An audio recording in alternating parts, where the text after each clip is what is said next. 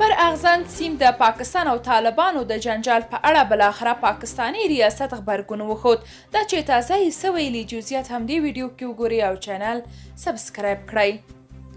وروسته له هغه چې طالب ځواکونو مېړانه وکړه او د ننګرهار لالپور او ګوشتې ولسوالیو کې د پاکستان لخوا پر افغان خاوره تیر شوی اغزن سیم لرې او همدارنګه یو شمېر سیمې بیرته له پاکستانه ونیوه. اوس پاکستان د یادې پیښې په اړه غبرګون ښودلی. پاکستان ویلي طالب ځواکونو تېروتنه کړې. د پاکستان پوځ په یو خبرپاڼه کې لیکلي د دوی ځواکونو د پاکستان او افغانستان ترمنځ پر کرښه اغزن سیم لګولی و چې طالبان نه دي پوه شوي او په غلطۍ سره یې یاد سیم شکولی. دوی زیاته کړې دا چې د طالبانو حکومت نوی د پر وړاندې له نظامي اقدام نه کوي، خو په دې اړه د طالبانو حکومت سره خبرې کړي او موضوع به د خبرو له لارې حل کړي.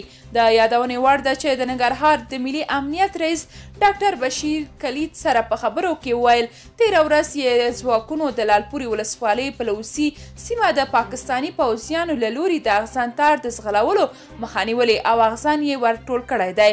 د نوموړي په خبره دوی وروسته له هغې سیمې ته ورسېدل چې پاکستانیاني پوځیانو په ډیورنډ فرضي کرښې له پخواني اغزن تار څخه دې غاړې ته غوښتل چې اغزن تار وغځوي، خو د اسلامي امارت ځواکونو یې مخنیوی کړی او 2 کیلومتره یې پاکستانیان پوځیان بیرته په شا ټومبلي دي.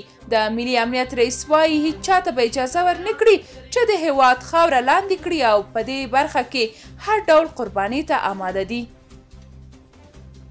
درنو لیدونکو، تاسو که د دې موضوع په اړه کوم نظر لرئ، نظریات مو راسره کومنټ کې شریک او چینل سبسکرایب کړئ.